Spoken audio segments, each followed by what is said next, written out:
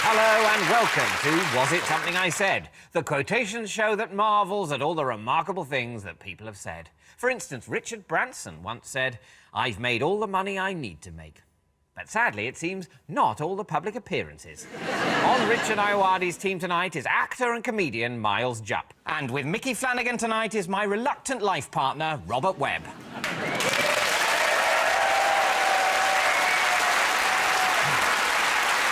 And here to read out our quotations is an actor who once said, "I'm a great worrier, truly, all the time. Worry, worry, worry. Still asking myself, will I ever make it?" Well, if the question was, on to a Channel 4 panel show, the answer is yes. Please welcome actor and star of Game of Thrones, Charles Dance.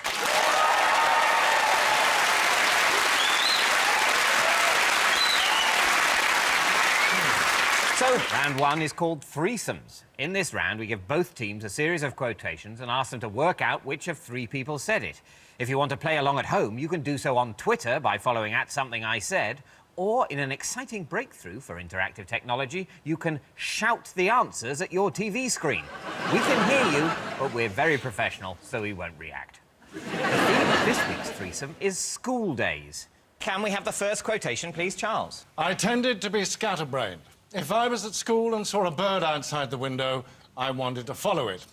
Once, I jumped off a roof thinking I could fly. R. Kelly.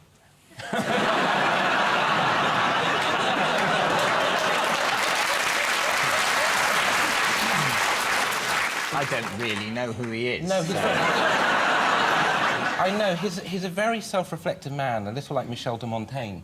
I don't really know who that is either. I can tell you it's none of the people you've mentioned so far. I'm gonna give you the threesome it might be. So was it actor Sylvester Stallone, author Ian Fleming, or Professor Stephen Hawking? I don't think it's Sylvester Stallone because it says school.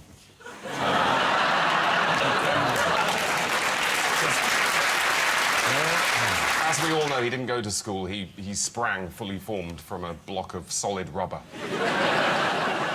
That's no way to talk about his mother.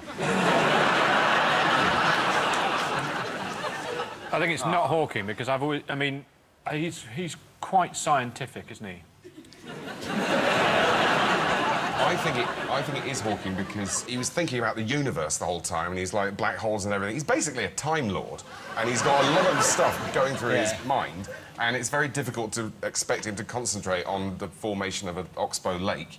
And he might just, you know, he might have been a bit scatty at school. You think it happened during geography? Yes. I can give you a clue. This person was bullied at school. Ah, Stallone. You think it's Stallone? Yeah, because this is what it's all about. The bullying led to... Oh, I can't wait to be Rocky. Yeah. Oh, I wish I was Rocky. Yeah. I won't do that when I'm Rocky. They drew first blood! They drew first blood! You're going Stallone? We're going Stallone. Yeah. And Richard and Miles? I think Ian Fleming is more likely. We won't provide reasons. You refuse to give I reasons? refuse reasons. Well, the answer is Sylvester Stallone. So...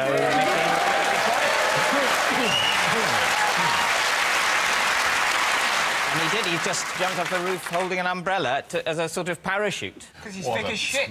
Yeah. Do you know what other safety precaution he took? He was wearing a superhero costume under his school uniform. And do you know what he was voted at junior high school? Most likely to end up in a montage.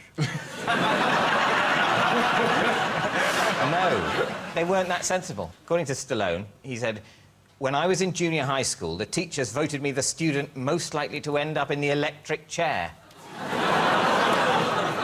Only in America would that be a category. Yeah. OK, Charles, can we have our next quotation on the subject of school days, please? My attitude at the time, an attitude of complete boredom and feeling that nothing was worth making an effort for. So whose attitude was one of complete boredom? Was it Stallone, Fleming, or Hawking? David, can I point something out? Yeah. It's that boredom doesn't have an E in, which would make me think of Sylvester Stallone. Is that part of the quote, or is that... That spelling is a correct quotation. OK, Stallone, final answer.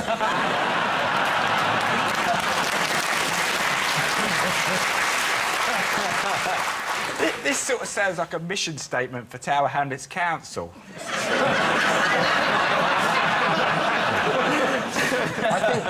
Isn't that their crest?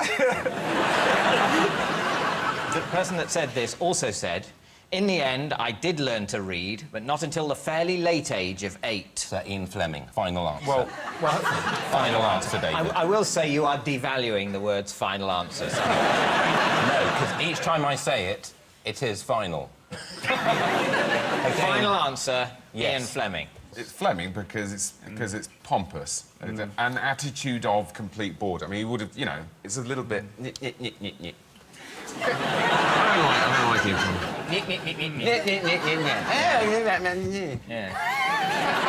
Bond got out of his car. You're both going, Ian Fleming. Well, the answer is Professor Stephen Hawking. Don't boo the professor. The glaring spelling mistakes in many of Stephen Hawking's quotes, including the misspelling of boredom, are deliberate and aid pronunciation by his speech synthesizer. So that explains that. So that's the end of the round, and a quick look at the scores tells me that Mickey and Robert are in the lead.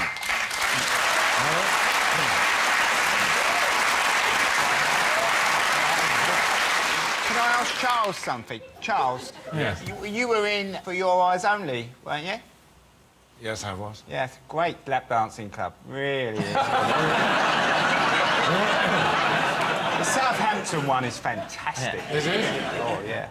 But when you were in For Your Eyes Only, was it amazing fun to be in a Bond film, or was it just like another job? I had one line, which the director wanted to cut, and Roger Moore, bless him, said, no, you can't cut the line. It's very important.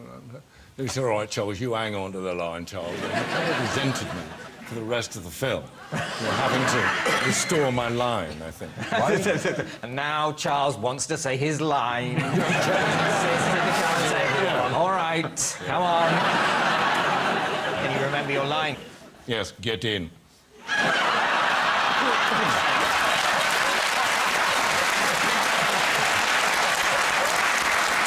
Continuing our theme of quotations, the next round is called Keywords. We give our panellists a few keywords from a famous quotation and ask them to work out the whole quote. So, basically, you'll only get about one word in 4. A bit like listening to digital radio in Cornwall. The team that gets nearest the actual wording scores the points. Now, this is from a quotation by Martin Luther King Jr. As the first clue, please could you give the keywords, Charles? Have and dream. OK, we all know he said, I have a dream, but what did he say after that? I have a dream most nights. I have a dream I can never remember them. Yeah. I know they're really weird, but I can never remember them. I think there should be a thing you can do in life, or when people start telling you their dreams, you just go... It would have slightly marred that occasion, though, wouldn't it? I think the response... After the massive, I went, shh, Martin. You did go slightly about it. Different response. I don't care if there's an alligator in it. I'm sure it was brilliant. Well, I'm going to give you one more word. Charles, can we have another word from the speech, please? Children. Children. I have a dream, children won't be allowed in the pub after 6 o'clock. I have a dream, they won't be allowed on long-haul flights. These are all good guesses. I'm going to push you for an answer each. What you have to do is say your closest go, each team, and then the one that gets closest, I'll give a point to. And if you're both really close, I'll give you both a point. And if neither of you are at all close, I won't give either of you a point. Well, but they're can't both say getting a point, neither of you getting a point. That's essentially, that doesn't matter. Yeah. It's if one gets a point and the other doesn't, that's when it gets... And I don't think I'm using hyperbole when I say fucking exciting. Yeah. You're ambitious, then. I think Rob knows. It's something like, I have a dream that one day the black children and the white children of America will sit down in a classroom together and a person will be judged not by the colour of his skin but by the content of his character. And then he said loads of other stuff. He said loads of other things. Before and after. What's your pitch? That. Yeah.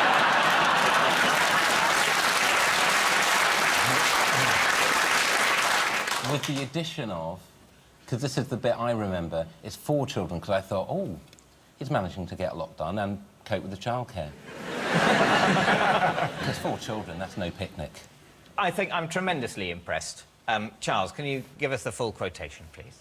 I have a dream that my 4 little children will one day live in a nation where they will not be judged by the colour of their skin, but by the content of their character.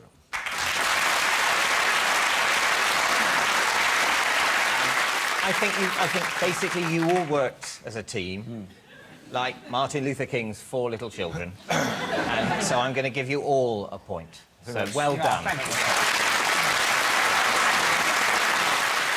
So, at the end of that round, Mickey and Robert are in the lead. Over the break, see if you can complete this quotation from Vegas entertainers Siegfried and Roy. If you live with 58 lions and tigers, then you will... what? Tweet your answer to @SomethingIsaid, and we'll see you in a couple of minutes.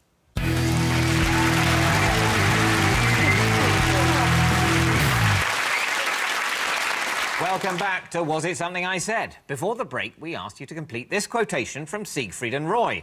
If you live with 58 lions and tigers, then you will... what? Wish you'd stopped at 3. You spend a lot of time In opening hospital. great big fucking tins. Oh,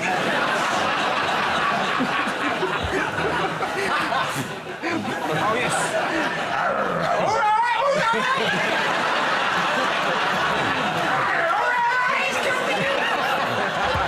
It's difficult to go on holiday. It becomes more difficult. Oh, I'm off to Tenerife. Yeah, the house is free. Yep. I'd love you to sit. There's one catch that has been putting some people off. Can you look after 58 lions and tigers? Didn't one of them try to eat one of them? One of the... One of them got a little bit, you know... Killed? No, not killed. No. Just but maimed? I think maimed, yes. Ah. Very, very, very Can't badly win them all, maimed. can you? Well, what Siegfried and Roy actually said was, if you live with 58 lions and tigers, then you will always have a lot of pussy in the house. And I think we can agree that that sentence is more regrettable than the mauling of Roy. So, Charles, in the opening scene of Game of Thrones, you skinned a deer. I did indeed. Were you taught how, or did you just improvise? I was taught how. And is there more than one way, or is it not like a cat? No, there's really only one way. Right. How? The producers came to me 2 days before. This was a new scene. And they came and said, are you vegetarian, Charles? And I said, no. Why? And they gave me this scene, and we did it. Yeah. And are you a vegetarian now? No, I'm not. And I was hoping they would give me a nice kind of leg of venison to take back. I didn't even get an ear. It's now time for the round called What Are They Talking About?, in which you'll hear a quote of someone talking about something, and you have to work out, you've guessed it, their star sign. Oh, no, wait, you haven't guessed it. You have to work out what they're talking about. Here's one from American World War II General Patton. It may not sound nice to some bunch of little old ladies at an afternoon tea party. So what is he talking about? I don't know why everyone worries about upsetting little old lady. Well, also, it's always a little old lady. Some of them are right slags, I tell you. I used to work in a factory, and this old girl come up to me. She went, "You know, you lot, you all talk about sucking cock all the time. We used to suck cock." When an air raid comes over, you get on your hands and your knees and you get on with it, and you know. Carry on. I think that's what they call oral history, isn't it? I've got a sort of image of Mickey's grandmother saying, you can tell that story, but can you say that it was at work or something?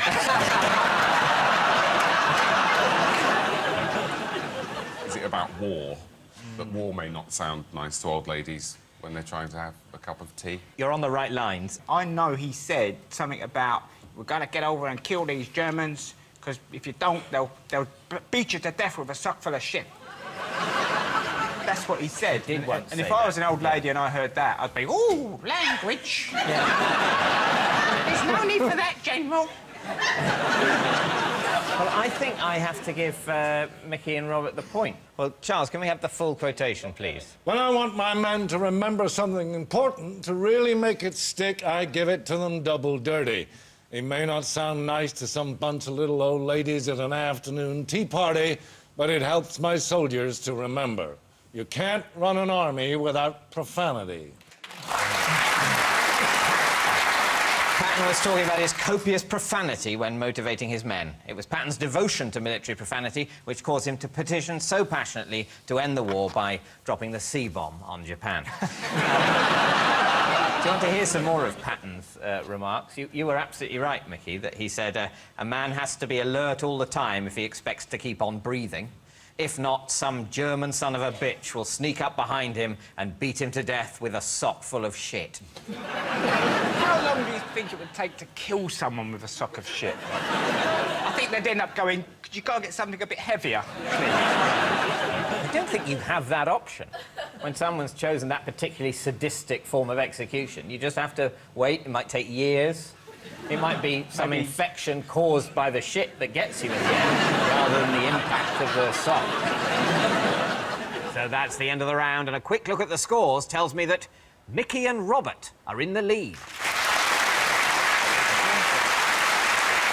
Our next round is the Was It Something I Said round, in which each team has to work out who said the following quotations. It'll be from someone on the show tonight, or our virtual guest, Mike Tyson. I'm afraid he can't be with us tonight, although not half as afraid as I would be if he could. So first up is Mickey's team. Who said the following? Was it Richard, Miles, Charles, me, or someone we'd rather not be mistaken for, Mike Tyson? I had a letter from the father of my then girlfriend forbidding me to see his daughter ever again. It was horrendous. I don't think it's Mike Tyson. I don't think he would think it was horrendous. Yeah. I think he'd just go around and bite the man's ear off. Definitely not yourself. I know David has a couple of then girlfriends, but I can't imagine either of their fathers forbidding you from doing anything, really. No. I think this is erring towards Charles. It's the sort of thing he would say. Forbidding is a little bit old school. Well, I'm just that, you know... Obviously, you know, our father... It's all right, Charles. Yeah. Of a generation where our fathers were all hippies, whereas the father of a young lady you might be dating would have been from the 30s. The father of. No, I'm not saying you're from the 30s. Jesus. What are you saying, Charles? I think we're going to go for Charles. I had a letter from the father of my then girlfriend forbidding me to see his daughter ever again. Boris Johnson isn't one of the options. It's beautifully constructed. A letter from the father of my then girlfriend forbidding me to see... It's Charles. It's Charles. Yeah. It is Charles. Yeah. Hooray!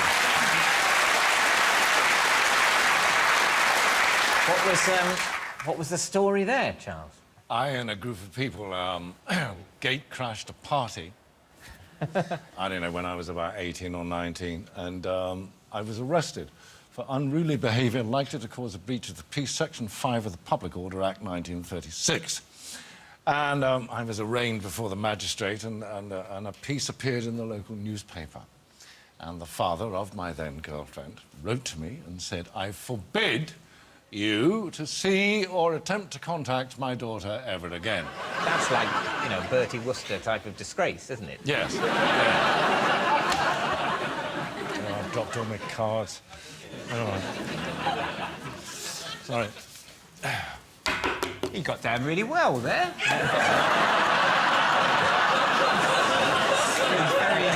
Well done, Charles. Thank you very much. Thank you. So next up, it's Richard's team. Who said the following? Was it Mickey, Robert, Charles, me, or Mike Tyson? My first proper kiss was from Cara Shucksmith when I was 13 or 14. Cara Shucksmith. One member of the opposite team looks quite bashful about this.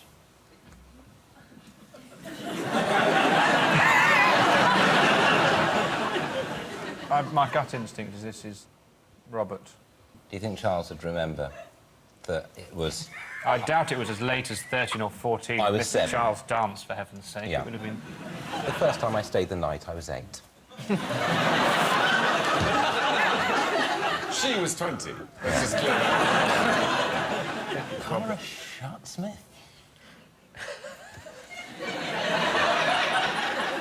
Can I have the first of your final answers, please?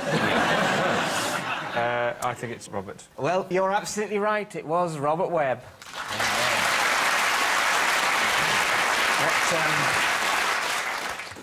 What have you got to say for yourself? Well, it was her idea. Yes, there was she had a party. Her dad used to run a pub, and he closed the pub for the night and let these children come to play. And her older sister showed us how we were supposed to... she was supposed to put her hands there, and I put my hands there, and that's how you do a slow dance. And then some kissing started. Oh, that's fine. Wish that had ever happened to me. I wish you'd have been her.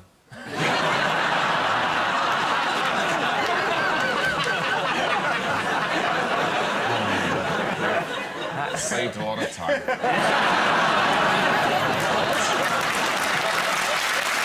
Well, I'm afraid that's all we've got time for, and a quick look at the scores tells me this week's winners are Mickey and Robert.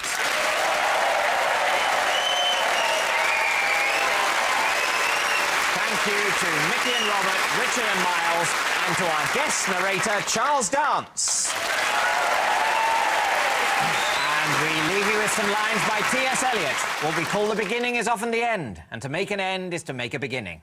With which in mind, it only remains for me to say, welcome to the show, good night.